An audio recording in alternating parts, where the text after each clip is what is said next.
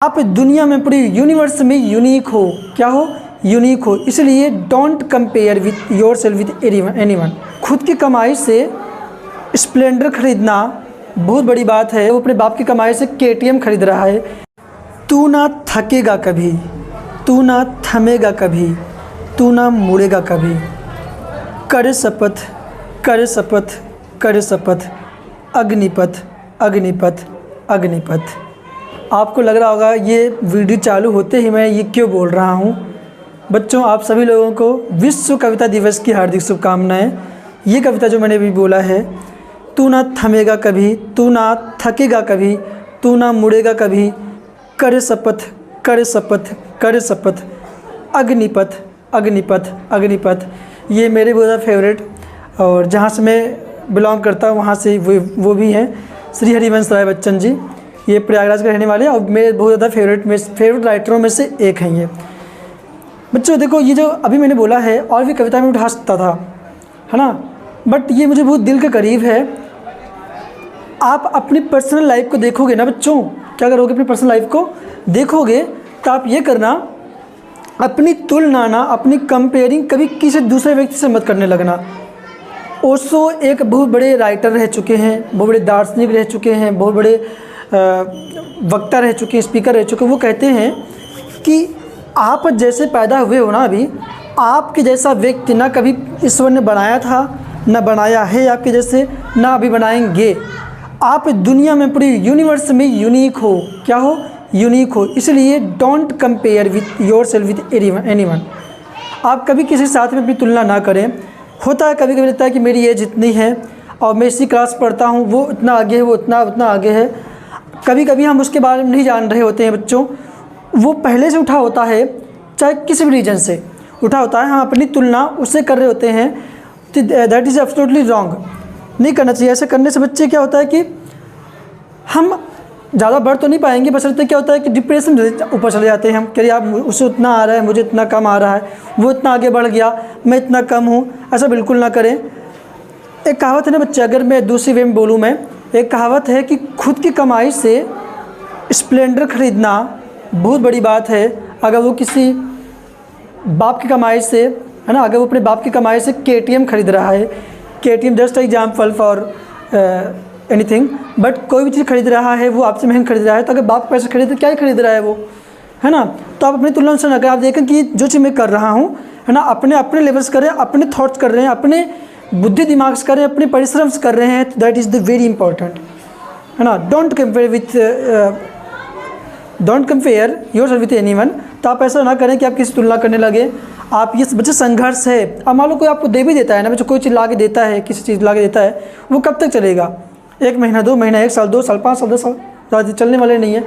तो ध्यान देना, जब तक खुद संघर्ष नहीं करोगे, जब तक खुद अपने आप को मांझोगे नहीं ना, जूझोगे नहीं ना बच्चे, कुछ होने वाला नहीं है। शॉर्टकट को देख लिए सही, यहाँ से यहाँ तक गए, पहुँच गए, है ना। लेकिन जो रगड़ के जाता है ना बच्चे, वो उसके अंदर एक क्वालिटी जो वो रगड़ना होता है ना बच्चे, जो आप फिसल जाते हो, एकदम रगड़ जाते हो ना बच्चे, वही आपको एक अच्छा इंसान बनाता है।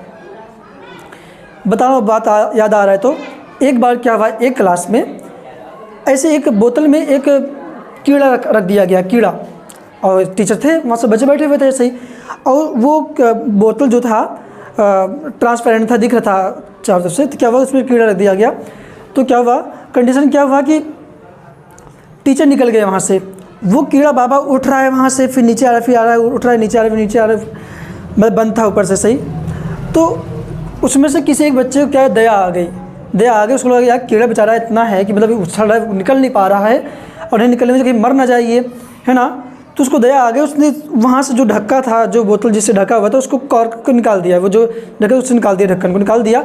वो तुरंत जैसे बाहर निकला, वो मर गया।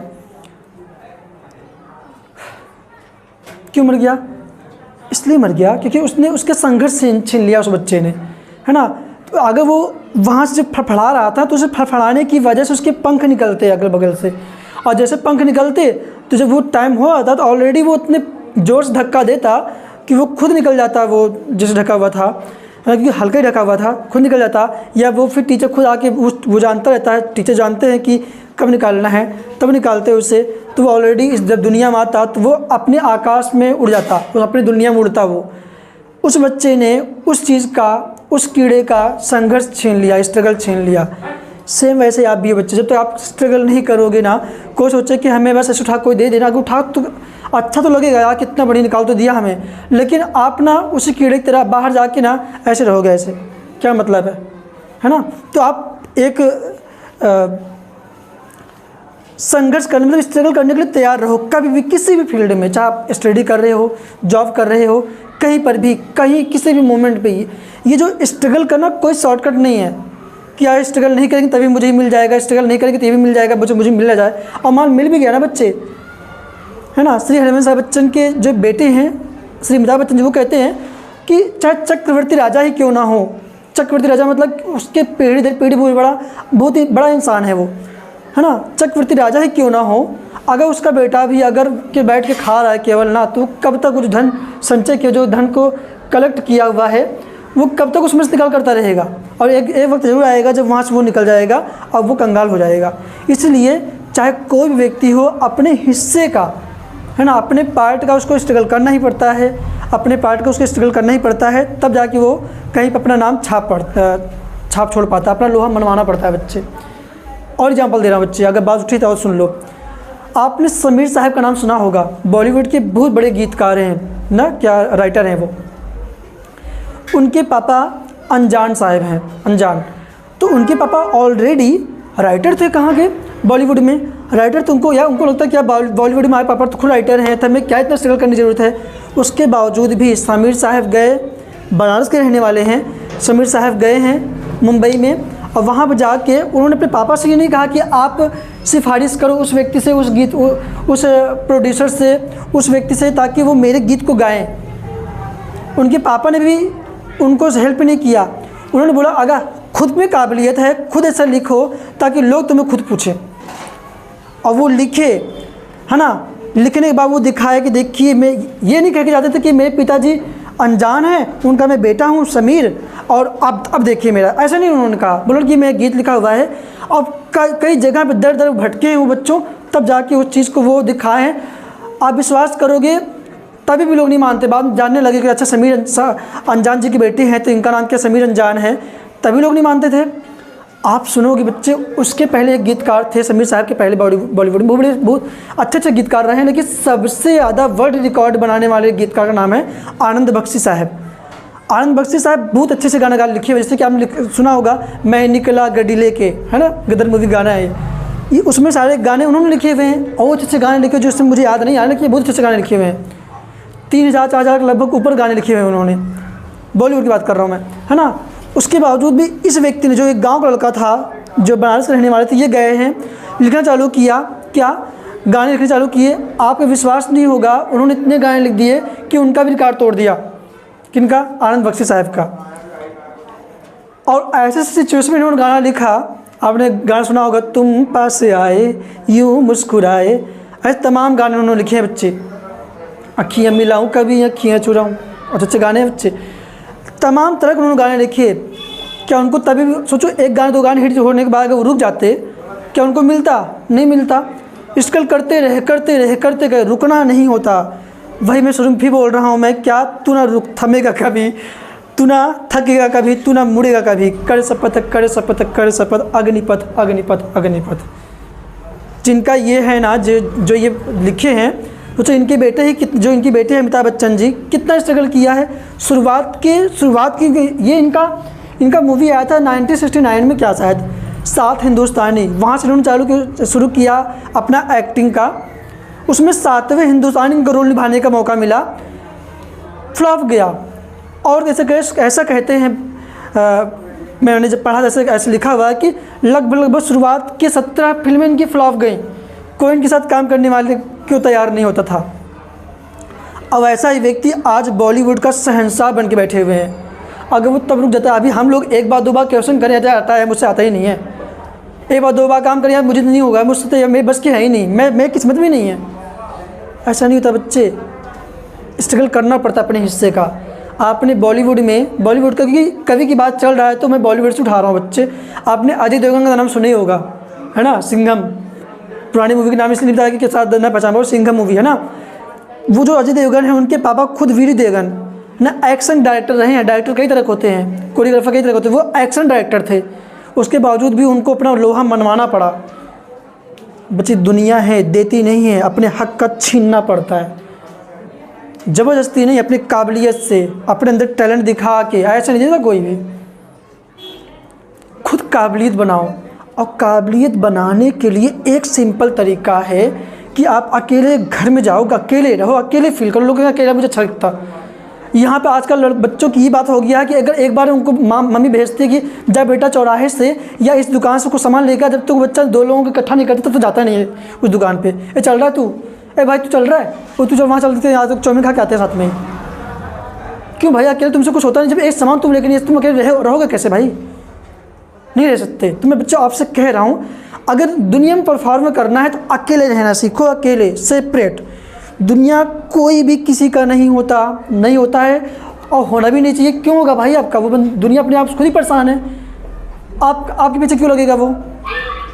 यहाँ तक कि आपके मम्मी पापा को भी बात कर रहा हूँ बच्चे, जो आपके मम्मी पापा जिनसे आप पैदा हुए हो उनकी तक बात कर। जब आप फेल होते हो, जब आपके कंपार्टमेंट आते हैं, जब आप कम मार्क्स आते हैं, सबसे बड़ी टांग वही खींचते हैं।